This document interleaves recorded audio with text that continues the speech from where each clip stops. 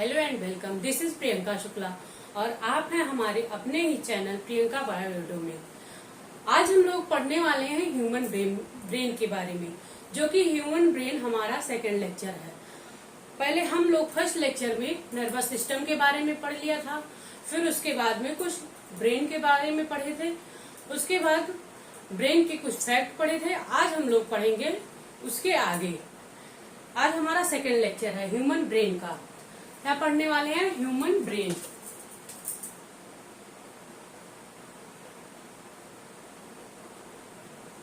Human brain जिसको हम लोग कहते हैं मानव मस्तिष्क, हिंदी में बोलते हैं मानव मस्तिष्क।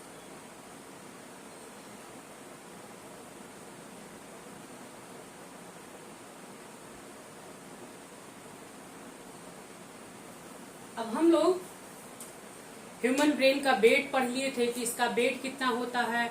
उसके बाद हम लोग पढ़ लिए थे कि इसमें क्या क्या फैक्ट्स होते हैं। फिर पढ़े थे कि इसमें क्या क्या आता है। ठीक, इसमें हमारे ब्रेन में जो होता है जनरेशन पावर नहीं पाया जाता है, रीजनरेशन पावर नहीं पाया जाता है, ये पुनर्निर्माण नहीं कर सकता है, इसमें मिनिमम होती है इसकी क्षमता।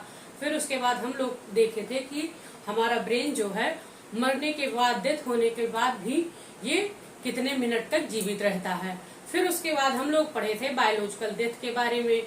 फिर उसके बाद में हम कितना परसेंट अपना ब्रेन यूज कर सकते हैं, उससे हमको क्या क्या, उसकी क्या क्या डिसऑर्डर हैं, क्या क्या उससे होता है, ये सब हम लोग फर्स्ट लेक्चर में पढ़ लिए थे। आज हम लोग पढ़ेंगे कि हमारा ये जो ब्रेन है, ये ब्रेन किसके, जो क्रेनियम जो होता है, क्रेनियम हमारा बोन होता है, उसके अंदर हमारा ब्रेन होता है। और वो ब्रेन जो ब्रेन मेम्ब्रेन होता है, तो वो ब्रेन मेम्ब्रेन किसका बना होता है।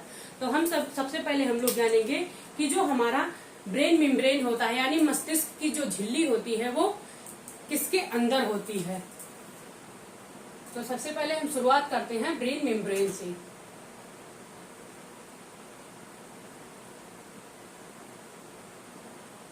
अब ये जो हमारा ब्रेन मेम्ब्रेन है, जिसको हम लोग कहते हैं मस्तिष्क झिल्ली, क्या बोलते हैं? मस्तिष्क झिल्ली। ये जो हमारा मस्तिष्क झिल्ली होता है, ये एक मेनिंजिस नामक मेम्ब्रेन के ये अंदर होता है। क्या झिल्ली का क्या नाम है? मेम्ब्रेन का मेनिंजिस, जिसको हम लोग क्या कहते हैं? मेनिंजिस। मेनिंजिस, ठीक, इसको हम लोग मेनिंजिस कहते हैं। ये मेनिंजिस नामक झिल्ली में पाया जाता है। ठीक, अब इसमें जो मेनिंजिस होते हैं, इसके इसमें थ्री टाइप के मेम्ब्रेन पाए जाते हैं। कितने मेम्ब्रेन पाए जाते हैं? 3 टाइप के मेम्ब्रेन पाए जाते हैं। अब हम लोग मेम्ब्रेन के बारे में देखेंगे, ये 3 टाइप के मेम्ब्रेन कौन कौन से होते हैं। जिसमें हमारा फर्स्ट आता है, जिसको हम लोग कहते हैं पाया मैटर। फर्स्ट को हम लोग क्या बोलते हैं? पाया मैटर। इसकी हिंदी भी यही होगी, पाया मैटर ही। सेकंड हमारा है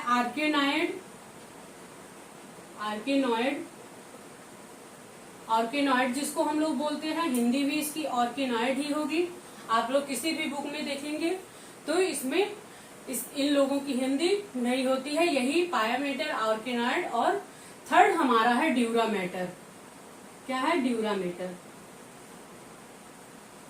अब ये जो हमारे पाया मैटर, ऑर्केनॉइड और ड्यूरामेटर, ये मेनिंजिस के मेम्ब्रेन होते हैं। 3 टाइप के हमारे ब्रेन में मेम्ब्रेन पाए जाते हैं। अब हम लोग देखेंगे ये मेम्ब्रेन कहाँ कहाँ पे होता है।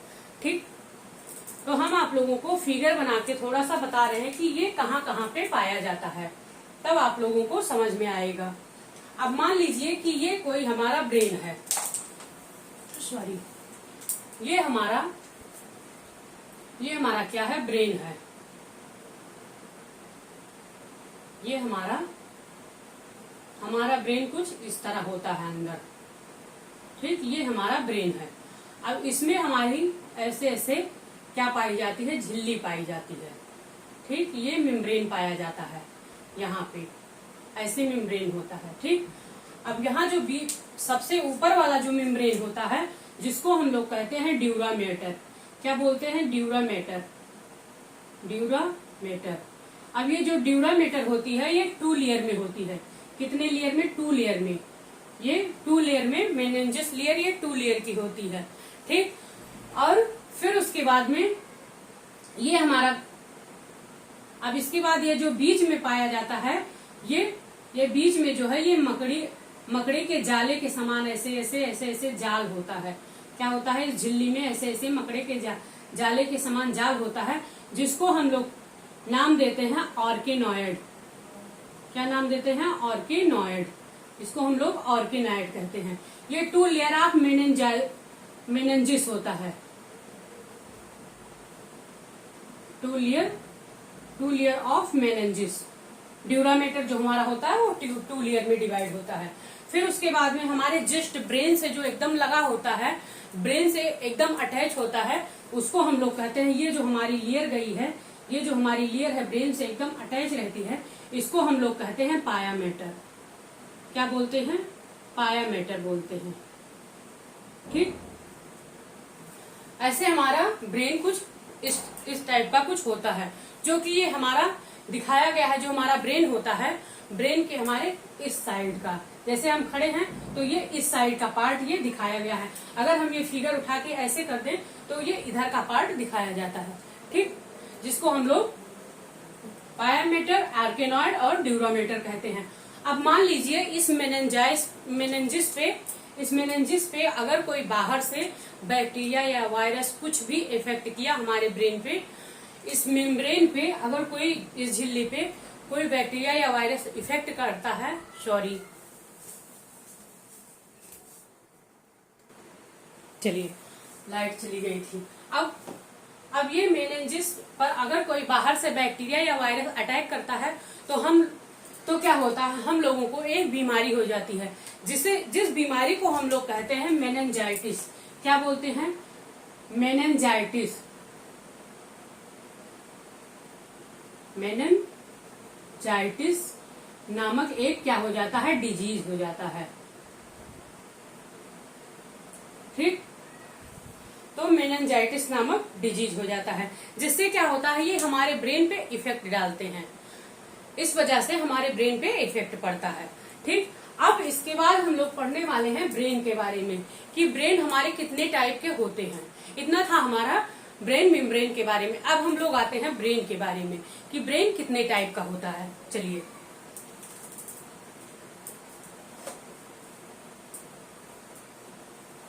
अब हम लोग ब्रेन के बारे में पढ़ते हैं।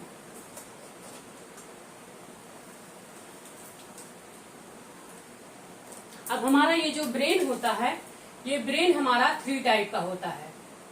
ये हमारा ह्यूमन ब्रेन जो है ये 3 टाइप का होता है, जिसमें हमारा फर्स्ट जो आता है वो 4 ब्रेन आता है। 4 ब्रेन को हम लोग कहते हैं अग्र मस्तिष्क। क्या बोलते हैं हिंदी में? अग्र मस्तिष्क।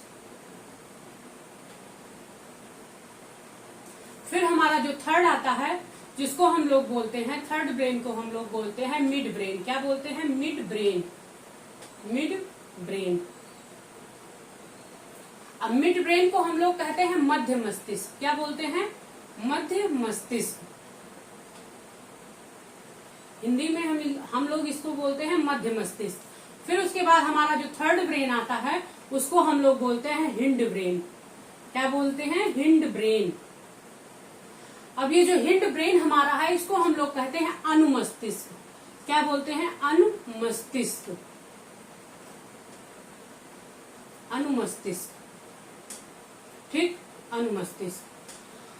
अब ये जो हमारा 4 ब्रेन होता है, ये क्या होता है? ये लार्जेस्ट ब्रेन होता है। क्या होता है? ये लार्जेस्ट ब्रेन। ये जो हमारा 4 ब्रेन होता है, इसको हम लोग लार्जेस्ट ब्रेन भी बोल सकते हैं। क्या बोल सकते हैं? Largest brain. ये हमारा सबसे बड़ा ब्रेन होता है। ये देखिए, ये हमारा ब्रेन हो गया। ये हमारा 4 ब्रेन है, ये हमारा मिड ब्रेन है, और ये जो हमारा पीछे का है, ये हमारा होता है हिंड ब्रेन, ठीक, जिसको हम लोग अग्र मस्तिष्क बोलते हैं। ये हमारा क्या होता है, सबसे लार्जेस्ट होता है। ठीक, फिर उसके बाद जो हमारा मिड ब्रेन होता है, ये जो हमारा मिड ब्रेन होता है, इसको हम लोग कहते हैं स्मॉलेस्ट ब्रेन। क्या क्या बोलते हैं, स्मॉलेस्ट ब्रेन, स्मॉलेस्ट ब्रेन।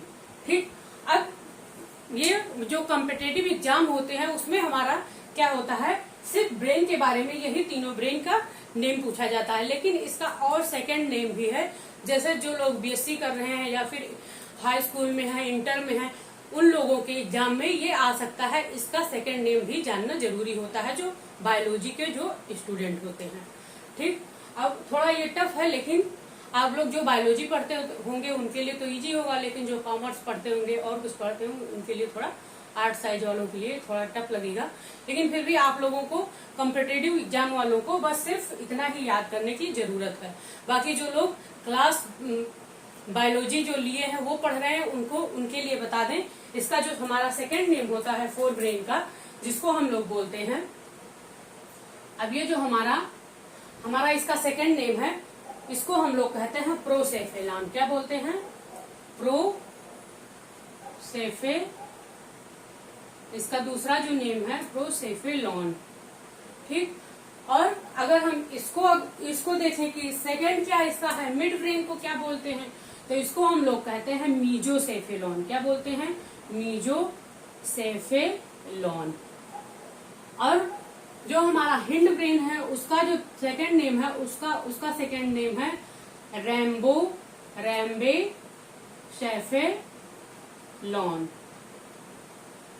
ठीक, ये हमारा इसका सेकंड नेम होता है। ठीक, इतना है आप लोगों को समझ में। चलिए, अब जो हमारा ये होता है, अब हम लोग चलिए अब बताते हैं आप लोगों को, ये जो हमारा फोर ब्रेन है ये कितने पार्ट में डिवाइड होता है। ठीक, चलिए यहीं पे बता दे रहे हैं। अब ये जो हमारा है फोर ब्रेन है, जो ये 3 पार्ट में डिवाइड होता है। कितने पार्ट में डिवाइड होता है, इसको 3 पार्ट में डिवाइड किया गया है। फर्स्ट हमारा है थैलेमस।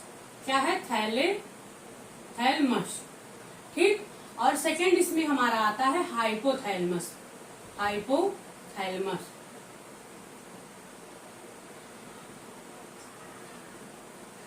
हाइपोथैलेमस।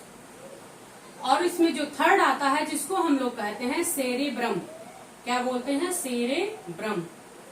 सेरेब्रम को हम लोग कहते हैं प्रामस्तिष्क। इसका अगर हिंदी नेम जाना जाए तो इसको हम लोग कहते हैं प्रामस्तिष्क। क्या बोलते हैं, प्रामस्तिष्क, प्रामस्तिष्क। ठीक, अब ये जो हमारा मिड ब्रेन है, इसमें ये जो मिड ब्रेन है ये छोटा सा पार्ट है, इसमें कोई पार्ट नहीं आता है। ठीक, इसमें कोई पार्ट नहीं आता है मिड ब्रेन में।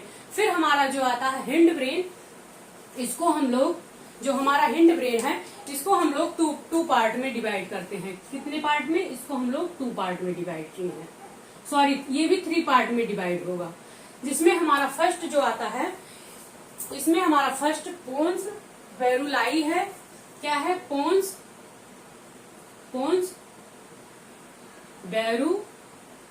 बेरुली, सॉरी, पोन्स बेरुली। ठीक, और हमारा जो सेकंड है, जिसको हम लोग कहते हैं मेडुला ऑब्लोंगाटा। ठीक, मेडुला ऑब्लोंगाटा, इसको हम लोग शॉर्टकट में MO से भी लिख सकते हैं, मेडुला ऑब्लोंगाटा को। और थर्ड हमारा ये जो आता है, थर्ड को हम लोग कहते हैं सेरेबेलम। क्या बोलते हैं, सेरेबेलम। ठीक, थर्ड को हम लोग सेरेबेलम बोलते हैं। चलिए, अब हम लोग इसको क्या करेंगे, इसको सेरेबेलम को जो होता है, जैसे सेरेब्रम है इसको हम लोग प्रामस्तिष्क बोलते हैं, सेरेबेलम को प्रामस्तिष्क बोलते हैं, वैसे सेरेब्रम को जैसे हम लोग प्रामस्तिष्क बोलते हैं, वैसे सेरेबेलम को अनुमस्तिष्क बोलते हैं। क्या बोलते हैं, अनुमस्तिष्क। इसका हिंदी नेम होता है अनुमस्तिष्क। और ये जो पोन्स बेरुलाई है, इसकी हिंदी यही होती है, मेडुला ऑब्लोंगाटा को हिंदी में मेडुला ऑब्लोंगाटा ही बोलते हैं। ठीक, अब हम लोग एक एक करके इन सब के बारे में पढ़ेंगे। तो सबसे पहले हम लोग यहाँ से शुरू करेंगे। कहाँ से शुरू करेंगे? इसको हम लोग सेरेबेलम को क्या बोलते हैं? लिटिल ब्रेन भी बोलते हैं। क्या बोलते हैं?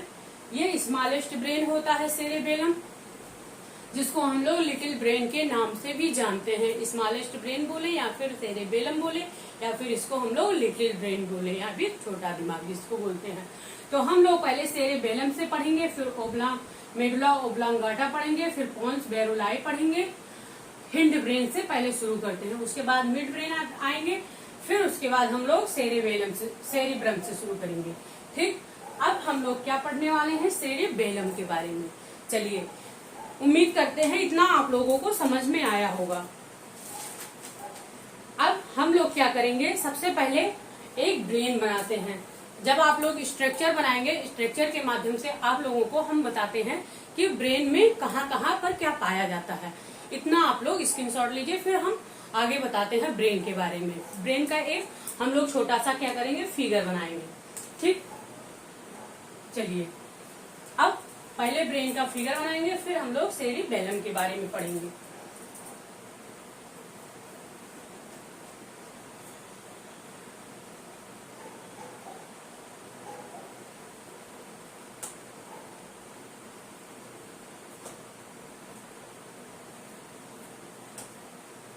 अब हम लोग सबसे पहले बनाएंगे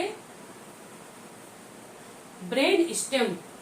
यानी जब हमारा ब्रेन बनता है तो सबसे पहले ब्रेन स्टेम, यानी जिसको हम लोग कहते हैं ब्रेन की पूंछ, सबसे पहले वो बनता है। ठीक, अब चलिए, सबसे पहले हम लोग क्या बनाएंगे? पोन्स बेरुलाई। ये हमारा, मान लीजिए ये हमारा क्या है? ये हमारा है पोन्स बेरुलाई, इसको हम लोग कहते हैं। इसको हम लोग क्या करते हैं? कलर कर देते हैं। ठीक, कलर कर दे रहे हैं, पोन्स बेरुलाई। इसको क्या बोलते हैं? पोन्स बेरुलाई। ठीक, ये हमारा पोन्स बेरुलाई है। अब उसके बाद में हम लोग क्या बनाने वाले हैं? फिर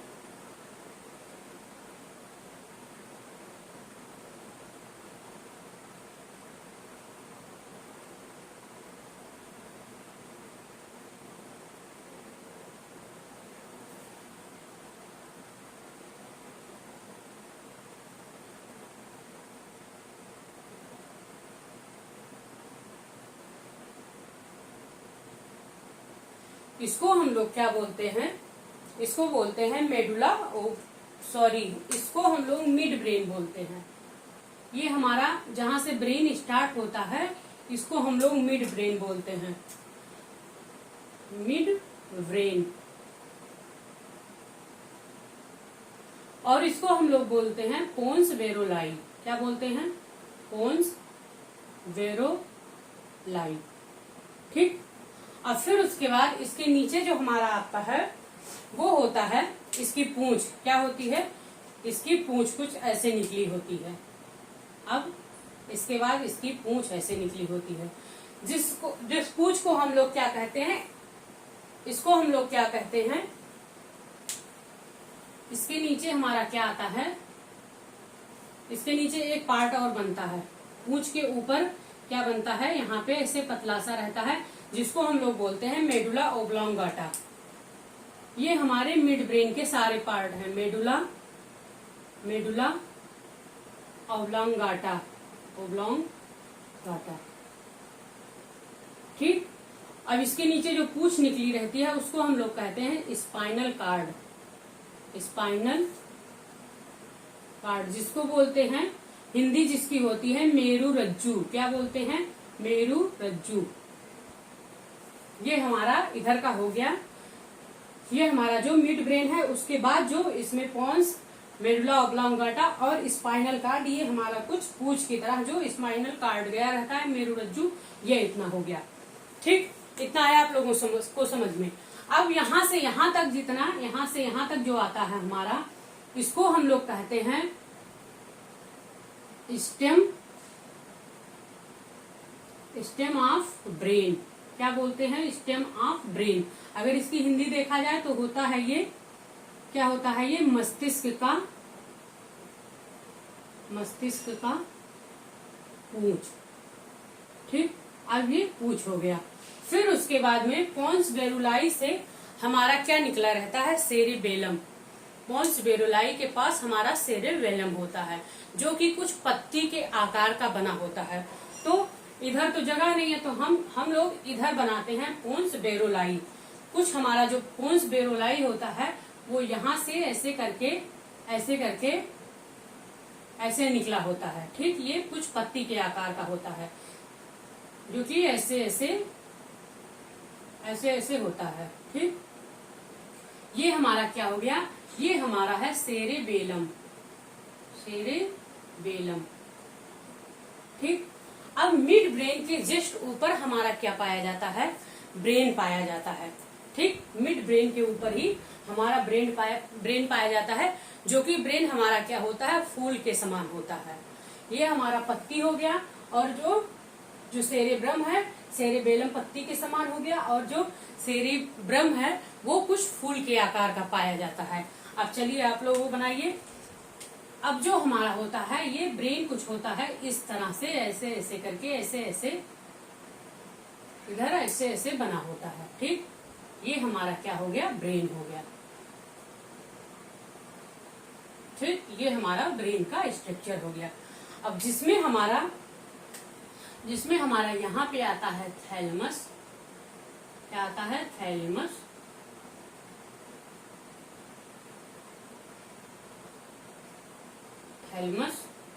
ये हमारा थैलेमस हो गया। फिर उसके बाद में यहाँ पे हमारा क्या हो गया, हाइपोथैलेमस हो गया, हाइपोथैलेमस। उसके बाद सेरेब्रम जो होता है वो लार्जेस्ट होता है, तो इतने में हमारा सेरेब्रम हो गया, सेरेब्रम। ठीक, ये था हमारा फिगर ऑफ ब्रेन। क्या है, ब्रेन का फिगर है। ये हमारा ब्रेन का स्ट्रक्चर है। ठीक, स्ट्रक्चर ऑफ ब्रेन। ठीक, इतना आया समझ में। यहाँ पे हमारा सबसे ऊपर मिड ब्रेन होता है, जिसको हम लोग मध्य मस्तिष्क कहते हैं। उसके जस्ट नीचे हमारा कुछ इस आकार का पोन्स बेरुलाई होता है। उसके नीचे हमारा मेडुला ओब्लोंगाटा होता है, जो हर एक चीज, ये सारी चीजों को क्या करता है, कंट्रोल करता है। मेडुला ओब्लोंगाटा जो है ये सारी चीजों को कंट्रोल करता है। ठीक, और मैसेज देता है। और फिर उसके बाद इसके नीचे हमारा स्पाइनल कार्ड है, यानी मेरुरज्जु, और उससे जो पोन्स बेरुलाई से लगा रहता है, जिसको हम लोग सेरेबेलम कहते हैं। मिड ब्रेन से अटैच होता है हमारा पूरा ब्रेन, जिसको हम लोग कहते हैं थैलेमस। उसमें हमारा हाइपोथैलेमस आता है और सेरिब्रम आता है। ठीक, अब हम लोग पढ़ने वाले हैं सेरेबेलम के बारे में। चलिए, उम्मीद करते हैं इतना आप लोगों को समझ में आया होगा। चलिए, अब हम लोग पढ़ने वाले हैं सेरेबेलम के बारे में। क्या पढ़ेंगे, सेरेबेलम।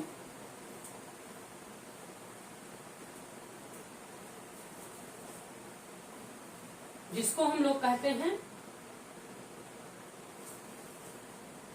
अनुमस्तिष्क। क्या पढ़ने वाले हैं, सेरेबेलम।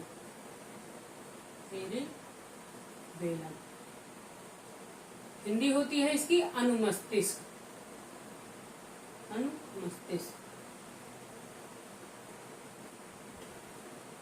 अब इसमें हमारा जो सबसे पहला पॉइंट आता है,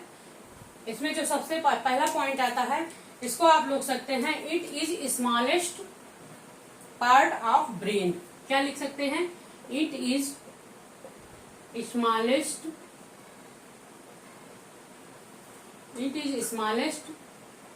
पार्ट ऑफ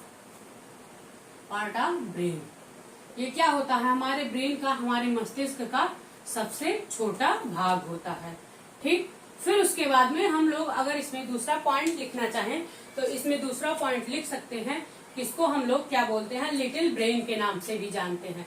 क्या जानते हैं, लिटिल ब्रेन। इसको हम लोग लिटिल ब्रेन कहते हैं। अब हम लोग पढ़ने वाले हैं सेरिबेलम का जो फंक्शन होता है, इसके फंक्शन, इसके कार्य क्या होते हैं सेरिबेलम के। अब हम लोग फंक्शन देखते हैं। अब इसका फंक्शन क्या होता है सेरिबेलम का, इसका फंक्शन होता है, ये क्या करता है, बॉडी को बैलेंस बना के रखता है, यानी हमारे शरीर का संतुलन बना के रखता है। तो इसको हम लोग लिख सकते हैं बॉडी क्या, बॉडी बैलेंसिंग। ये बॉडी को बैलेंस बना के रखता है, ठीक, बॉडी बैलेंसिंग। चलिए, फिर उसके बाद में ये क्या करता है, मसल कॉन्ट्रैक्शन का भी काम करता है। इसकी वजह से जो हमारे मसल्स हैं उसमें क्या होता है, कॉन्ट्रैक्शन होता है, यानी सिकुड़न होता है, ठीक, सॉरी सिकुड़न नहीं, मांसपेशियों में संकुचन होता है। इसको क्या कह सकते हैं हम लोग, muscles contraction, muscle contraction, contraction यानी मांसपेशियों में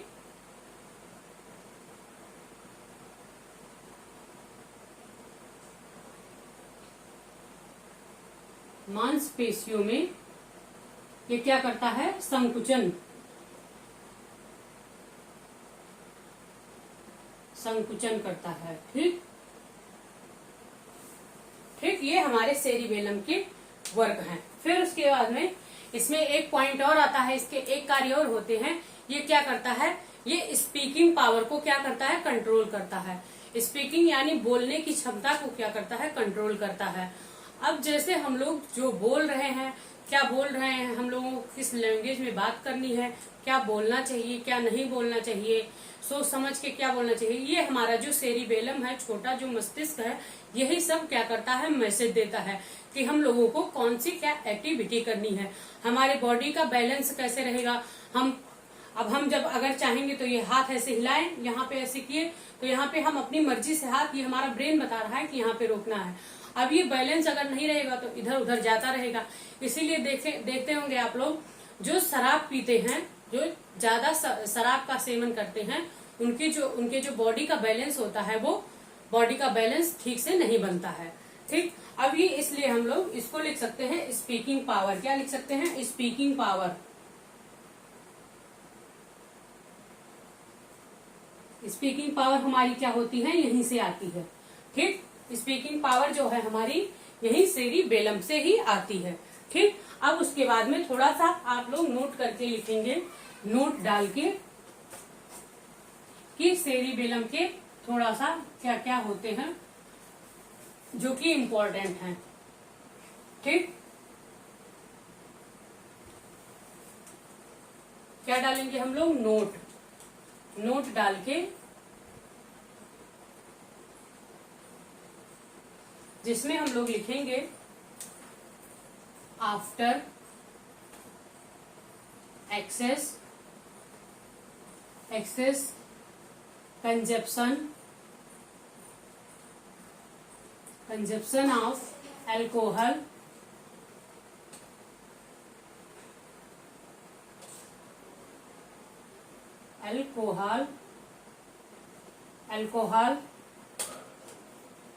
after consumption of alcohol, effect of cerebellum, क्या होता है, इफेक्ट ऑफ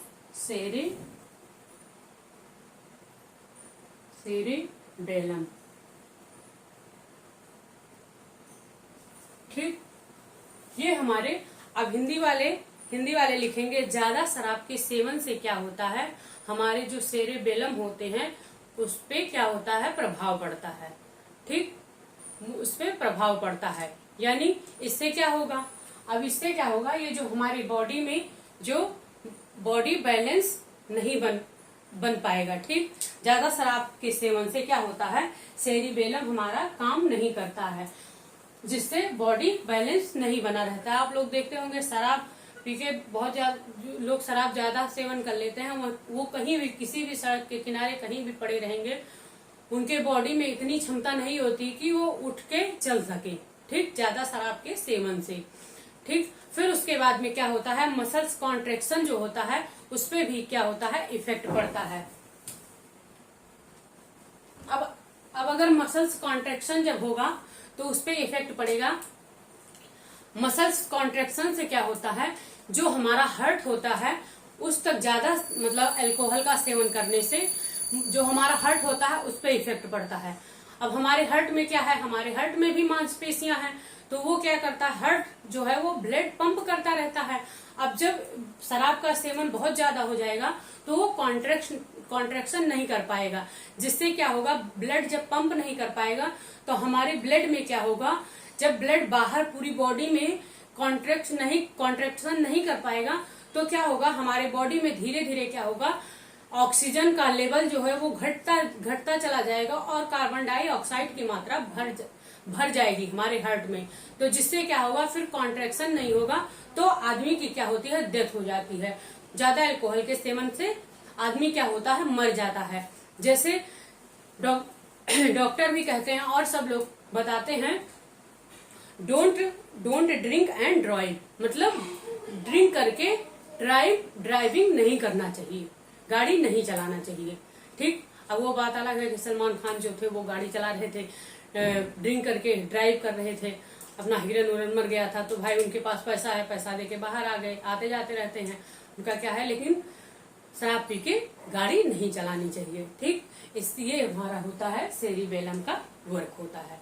ठीक, अब हम लोग क्या पढ़ेंगे, अब हम लोग पढ़ेंगे मेडुला ऑब्लांगाटा के बारे में। चलिए, इतना था हमारा सेरिबेलम के बारे में। अब हम लोग क्या पढ़ने वाले हैं, मेडुला ऑब्लांगाटा, कि मेडुला ऑब्लांगाटा का वर्क क्या होता है, मेडुला ऑब्लांगाटा के फंक्शन। ठीक, इसमें हम लोग पहले हेडिंग डालेंगे, फंक्शन ऑफ मेडुला ऑब्लांगाटा। ठीक, जिसको हम लोग MO भी कह सकते हैं, शॉर्टकट में इसका जो नेम होता है उसको हम लोग MO कहते हैं। अब इसके क्या क्या फंक्शन होते हैं। ठीक, ये क्या होता है, it controls of involuntary reaction. ये क्या होता है, हमारी जो अनैच्छिक पेशियां होती हैं ये उनको क्या करता है, कंट्रोल करता है। जो हमारे बॉडी में अनैच्छिक पेशियां होती हैं उनको ये कंट्रोल करता है। तो हम लोग इसको लिख सकते हैं, इट क्या लिख सकते हैं, इसको हम लोग लिख सकते हैं, इट कंट्रोल एंड, क्या लिख सकते हैं, इट कंट्रोल एंड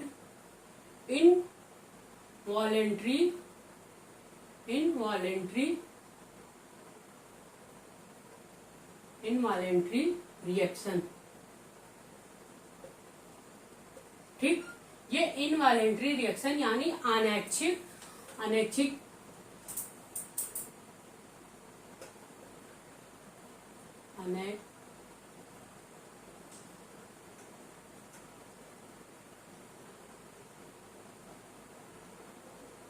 जो अनैच्छिक हमारी जो पेशियां होती हैं, हिंदी आप लोग थोड़ा देख लीजिएगा अगर गलत होगा तो, जो अनैच्छिक क्रियाएं होती हैं वो इनको क्या करता है, कंट्रोल करता है। ठीक, अनैच्छिक क्रियाओं को ये क्या करता है, कंट्रोल करता है। अब ये जो इनवॉलेंट्री रिएक्शन होते हैं ये हमारे 2 टाइप्स के होते हैं। कितने टाइप्स के होते हैं, 2 टाइप्स के होते हैं। क्या क्या होते हैं, इनवॉलेंट्री रिएक्शन जो हमारे होते हैं, इनवॉलेंट्री रिएक्शन। ठीक, ये क्या होते हैं, इट इज 2 टाइप्स। ये हमारे 2 टाइप्स के होते हैं।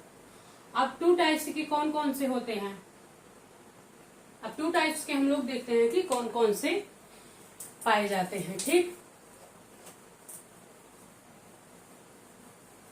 Involuntary reaction. चलिए, अब शॉर्टकट में थोड़ा हम लिखते रहे हैं,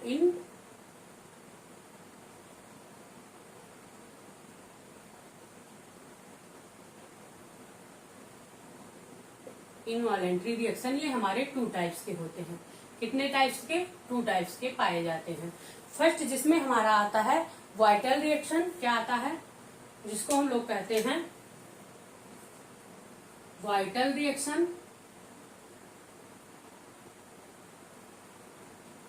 और सेकंड हमारा है एसेसरी रिएक्शन। क्या है?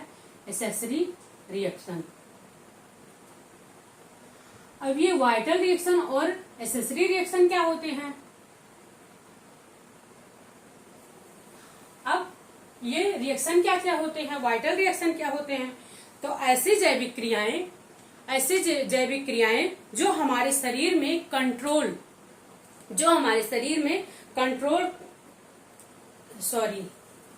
ऐसी जैविक क्रियाएं जो हमारे शरीर में कंट्रोल नहीं कर रहे हैं। ठीक, वाइटल जो रिएक्शन होता है, ऐसी जैविक क्रियाएं जो हमारे शरीर में रिएक्शन नहीं कर रहे हैं, फिर भी वो क्रिया नहीं कर रहे हैं, फिर कंट्रोल नहीं कर रहे हैं, फिर भी क्या होता है, अगर वो नहीं पाए जाएंगे हमारी बॉडी में तो क्या होगा, हम लोगों की डेथ हो सकती है। ठीक, और एसेसरी में क्या होता है कि ऐसे जैविक क्रियाएं जिसके अब्सेंस में भी क्या होता है, अब्सेंस अगर होगा तो भी हमारी बॉडी पे कंट्रोल नहीं होता है। ठीक, इससे डेथ तो नहीं होगा, लेकिन ये भी अनैच्छिक क्रियाओं में ही आते हैं जिसको हम लोग कंट्रोल नहीं कर सकते हैं। जैसे फॉर एग्जांपल, अब पहले हम लोग वाइटल रिएक्शन का देखते हैं कि जैसे मान लीजिए ये क्रियाएं अगर हमारी बॉडी में नहीं होंगी तो क्या होगा, हम लोगों की डेथ हो जाएगी। अब फॉर एग्जांपल में वाइटल रिएक्शन में क्या क्या आता है, जैसे हमारा आता है रिस्पायरेशन। क्या आता है? रिस्पायरेशन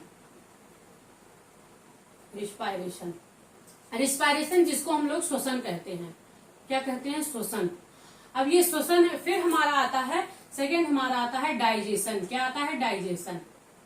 डाइजेशन जिसे हम लोग क्या कहते हैं? पाचन। फिर उसके बाद हमारा आता है एक्सक्रेशन जिसको हम लोग कहते हैं उत्सर्जन। ठीक, अब रिस्पायरेशन की भी जरूरत है हमारी बॉडी में। रिस्पायरेशन की क्यों है? क्योंकि जब हम लोग सांस लेंगे तभी हम लोग जिंदा रहेंगे। सांस लेंगे, एयर के साथ क्या हमारे ऑक्सीजन आएगा और CO2 क्या है, वो बाहर ऑक्सीजन इनहेल करेंगे और कार्बन डाइऑक्साइड आउट करेंगे। इससे हम लोग क्या होंगे, जीवित रहेंगे। फिर उसके बाद में डाइजेशन, जो हम लोग खाएंगे अगर पचेगा नहीं तो हम लोग जीवित नहीं रह सकते हैं। यानी हम लोगों को इस पे नियंत्रण नहीं है, हमारे शरीर पे ये नियंत्रण नहीं है, क्योंकि ये इनवॉलेंट्री रिएक्शन में आते हैं। ठीक, ये इस पे हम लोग कंट्रोल नहीं कर सकते हैं। फिर उसके बाद हमारा एक्सक्रेशन हो गया। अब हम लोग जो खाएंगे, जो पचाएंगे, फिर उसके बाद कुछ एक्सक्रेशन होगा। एक्सक्रेशन जो मटेरियल होगा उसको बाहर भी निकालना होगा। अगर उसको भी नहीं निकालेंगे तो हम लोगों की क्या होगी, डेथ हो सकती है। इसलिए इस पे भी हमारा कोई कंट्रोल नहीं होता है। इसी तरह हमारा जो एसेसरी रिएक्शन होते हैं, जिसको हम लोग कहते हैं सहायक क्रियाएं। एसेसरी रिएक्शन को हम लोग कहते हैं सहायक क्रियाएं। अगर देखा जाए इसकी हिंदी तो इसको हम लोग जैविक क्रियाएं भी कह सकते हैं। क्या कहते हैं? जैविक क्रियाएं। इसको हम लोग जैविक क्रियाएं बोलते हैं और इसको हम लोग सहायक क्रियाएं बोलते हैं। सहायक क्रियाएं इसकी हिंदी होती है। अब इसका जो एग्जाम्पल है, जैसे अभी ये हमारी बॉडी में, हमारे शरीर में, मतलब इसकी अब्सेंस भी रहेगी, ये नहीं भी रहेंगे तो भी क्या होगा, ये अनैच्छिक क्रियाओं में आते हैं। इससे हमारा डेथ तो नहीं होगा, लेकिन इस पे भी इनवॉलेंट्री रिएक्शन होता है। इस पे हमारा कोई इच्छा नहीं चल सकता, इसको भी हम नियंत्रण नहीं कर सकते हैं। जैसे हमारा होगा हिक्कप। क्या हो गया? हिक्कप जिसको हम लोग कहते हैं हिचकी। क्या बोलते हैं? हिचकी। इसको हम लोग बोलते हैं हिचकी। ठीक, फिर हमारा इसमें सेकंड आता है स्पिनेचिंग। क्या आता है? स्पिनेजिंग यानी जिसको हम लोग बोलते हैं छींकना। अब भाई हम लोगों को छींक आएगी तो हम लोग कंट्रोल थोड़ी कर पाएंगे।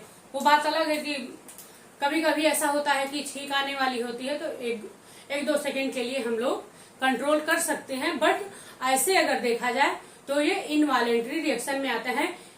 ये अनैच्छिक क्रियाएं होती हैं, इनको हम लोग कंट्रोल नहीं कर सकते हैं। ठीक, फिर उसके बाद हमारा आता है फिर उसके बाद हमारा आता है स्नोरिंग। क्या होता है? स्नोरिंग। स्नोरिंग। अब स्नोरिंग को हम लोग, स्नोरिंग की हिंदी होती है जिसको हम लोग कहते हैं खर्राटे लेना। क्या बोलते हैं? खर्राटे लेना। खर्राटे लेना। ये भी हमारे क्या है? इनवॉलेंट्री रिएक्शन है। खर्राटे जब हम लोग सो जाते हैं तो हम लोगों को पता नहीं चलता है कि नाक बोल रही है, हम खर्राटे ले रहे हैं कि क्या कर रहे हैं। ठीक। फिर उसके बाद हमारा आता है स्लीपिंग। स्लीपिंग भी, सोना भी हम लोगों के बस ये नहीं है, ये भी अनैच्छिक क्रियाएं हैं। स्लीपिंग भी अनैच्छिक क्रियाएं होती हैं। ठीक है। स्लीपिंग करना भी अनैच्छिक क्रियाओं में आती है। ठीक। फिर उसके बाद हमारा कफ और कोल्ड हो गया। ठीक। सर्दी खांसी जो है, कफ एंड कोल्ड। ये सब क्या होते हैं? हमारे एसेसरी रिएक्शन में आते हैं, जो कि इनवॉलेंट्री रिएक्शन में आते हैं। इन सब पे हम लोग क्या करते हैं? अब जैसे फिर इसके बाद एक आता है पलक झपकना। यहाँ पे कहीं पे जगह नहीं है, नहीं तो लिख देते पलक झपकना। पलक झपकना भी क्या है? ये भी इनवॉलेंट्री रिएक्शन में आते हैं। ठीक। उम्मीद करते हैं कि आप लोगों को इतना समझ में आया होगा। अब हम लोग नेक्स्ट लेक्चर में, इसके बाद हम अगली लेक्चर में बताएंगे आप लोगों को उसके बारे में, पोन्स बेरुलाई के बारे में। ठीक। फिर उसके बाद हम लोग फोर ब्रेन में पढ़ेंगे, जिसमें हमारा थैलमस, हाइपोथैलेमस और उसके बाद सेरिब्रम आता है। इन सब के बारे में हम लोग नेक्स्ट लेक्चर में पढ़ेंगे। आज का लेक्चर हमारा यही था। अगर आप लोगों को कोई दिक्कत होगी कमेंट बॉक्स में कमेंट जरूर करिएगा। Okay, thank you for watching. Bye bye.